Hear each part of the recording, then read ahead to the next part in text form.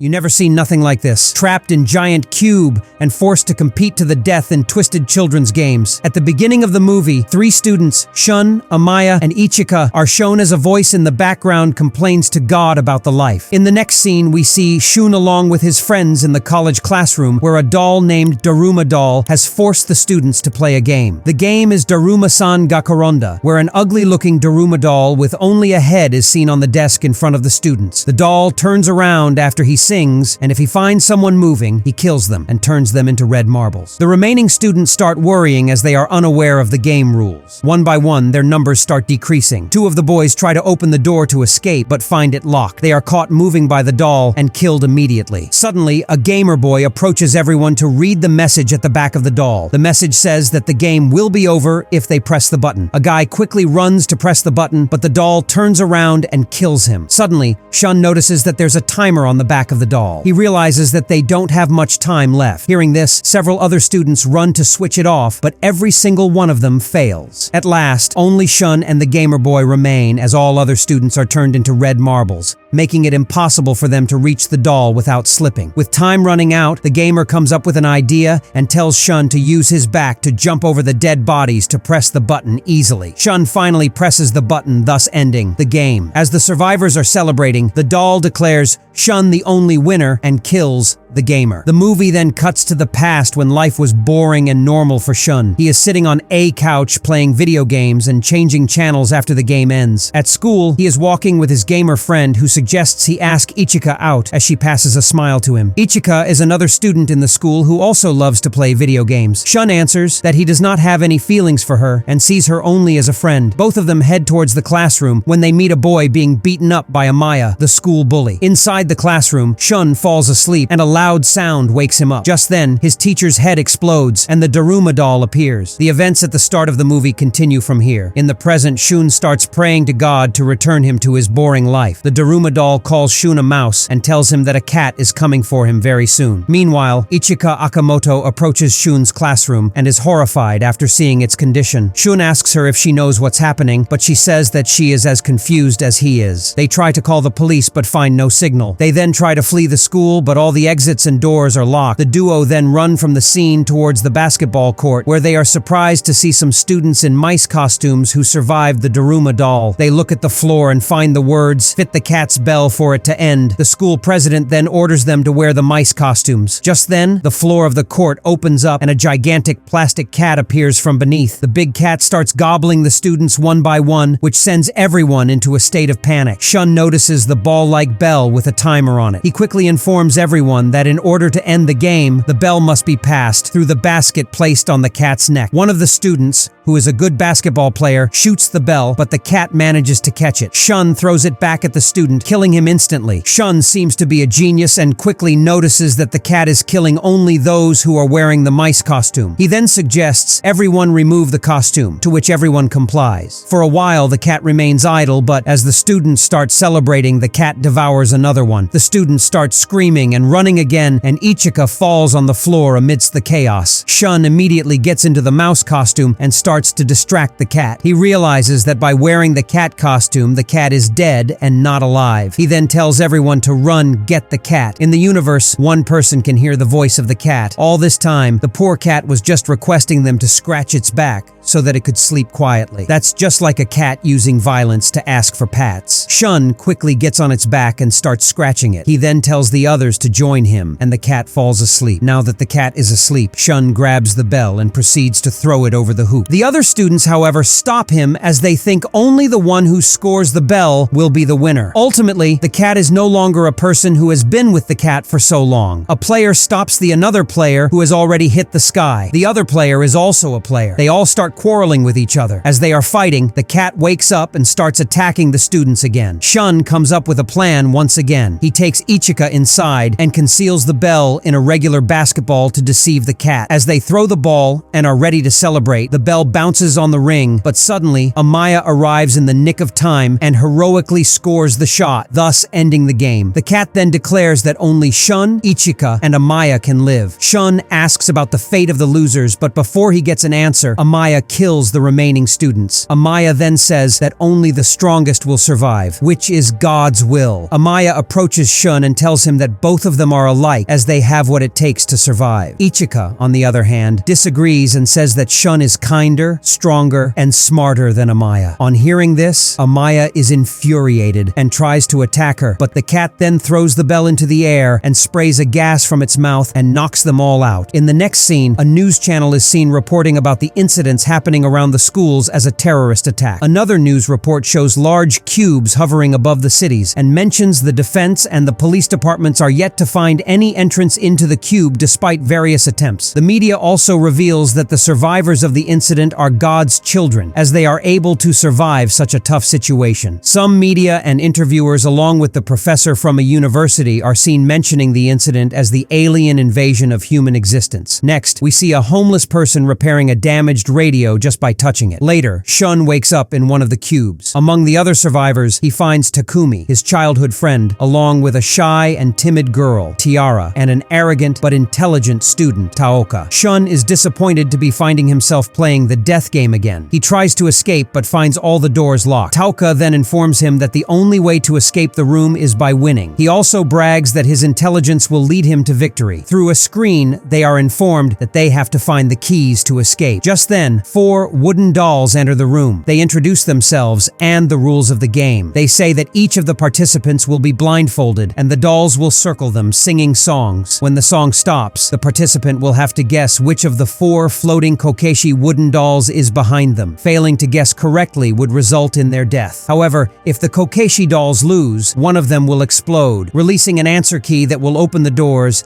and allow the survivors to go to the next level. The confident Taoka goes first and Tiara second. Both of them fail to answer and are ultimately killed. The dolls then approach Takumi next, but Shun insists on going first. With the help of his intelligence, he wins the game as he was able to note the difference in their voices with the help of his phone. He then reveals that he had recorded their voices when Tiara was playing. After the game ends, the dolls explode, leaving behind a key which Shun grabs. He then leaves the room along with Takumi. Outside, they see a guy being chased by an ugly-looking doll. The guy approaches them and requests them to hold his hand to save his life. He mentions that the dolls can't hurt those holding hands. They decide to help him out, and the doll leaves saying that he is jealous of those whose friendship is strong. Shun looks at the pendant Takumi is wearing and goes into a flashback. There, Takumi is ready to commit suicide from a rooftop when she notices Shun smashing cups and glasses onto a wall to release his anger. Shun then offers Takumi to do the same, and she starts breaking the crockery, which makes her feel better. At present, she is wearing the same cup handle that Shun had offered her. Suddenly, they hear a girl's voice screaming from the other side. They run towards the scream and find Ichika running away from the same dreadful doll. Shun jumps to hold her hand immediately and saves her. Soon after, a wall erodes and reveals a doll's face with 7 of the key entries. Shun and his group reach the place where 2 contestants are already waiting. They count their keys, but found that 3 of them are still missing. Suddenly, Amaya appears at the scene with the remaining keys and kills his companion, as only 7 of them are able to qualify for the next round. When all of the 7 locks are unlocked, the doll face announces them as the winners, and it erodes backward into the wall, making a passage-like structure. Then a voice directs them to follow the passage by wearing the costumes provided. Here, it is revealed that all the games are telecasted all over the country. Next, the group finds themselves inside a frozen room. A large polar bear enters and introduces himself. He mentioned that he hates liars and black-hearted people. In the game, the contestants just have to do one thing: speak the truth. Failing to do so will result in their death. The game begins when he asks everyone about their favorite food. After they reply, the bear suspects someone of lying. The bear gives the participants 2 minutes to present the liar. At first, they defend their answers, but later, all point towards the guy who answered parsley. The bear then instantly stomps him to death. For the second question, the bear asks if they like Shun. All of them who know Shun, including Takumi, answer yes, and the others who don't know him answer no. The bear still believes that one of them is lying to him,